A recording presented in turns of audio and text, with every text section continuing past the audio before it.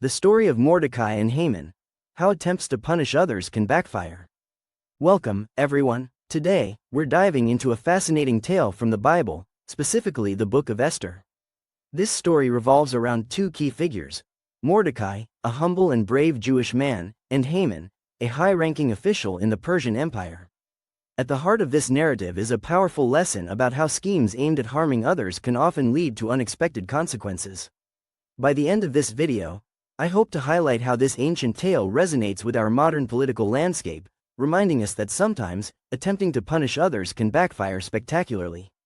Let's set the stage. Haman holds a prominent position in the Persian Empire, and unfortunately for Mordecai, he takes a disliking to him. It all starts when Mordecai refuses to bow down to Haman, igniting a personal grudge that leads to a sinister plan. Fueled by resentment and a desire for control, Haman decides to take it a step further. He plots to annihilate not just Mordecai but the entire Jewish population scattered throughout the empire. In an act of twisted irony, Haman constructs a set of gallows designed specifically for Mordecai, believing this would be a fitting punishment. However, as we'll see later, it's this very gallows that becomes central to Haman's downfall, a real twist in the tale. So, how does this ancient story relate to our world today? Well, there are some striking similarities. Just as Haman sought to destroy those he felt threatened by, we see some political movements focusing on punishing minorities, immigrants, and the LGBTQ+ community.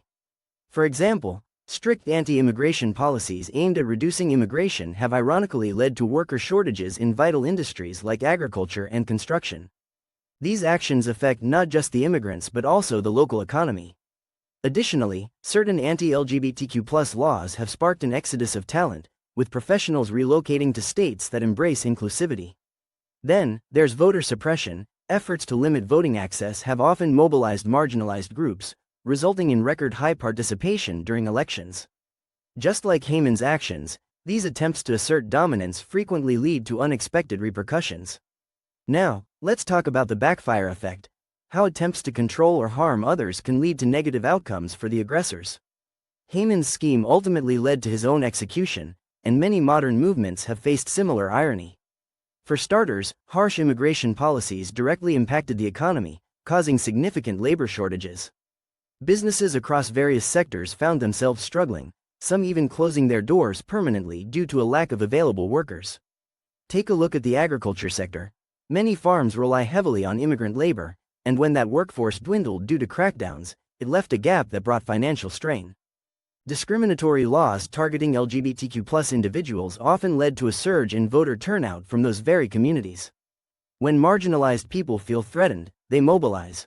This worked out in favor of progressive candidates in several key elections, flipping traditionally conservative areas. Lastly, we can't overlook the corporate response. Companies have increasingly withdrawn their support from states passing discriminatory legislations. It's not just about branding. It reflects a move towards corporate responsibility and inclusivity that consumers expect. So, what can we learn from the story of Mordecai and Haman? In essence, the victory of Mordecai teaches us about justice and resilience.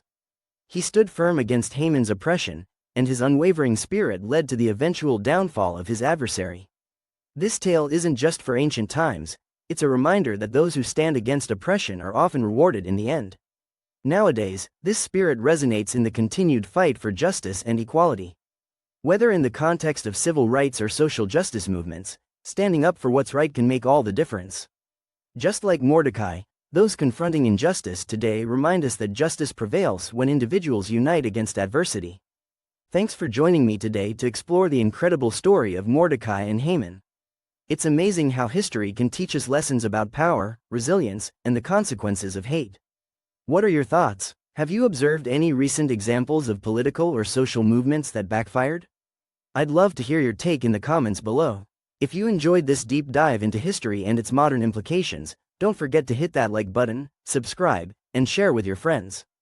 Let's keep the conversation going about justice, history, and the power of standing together.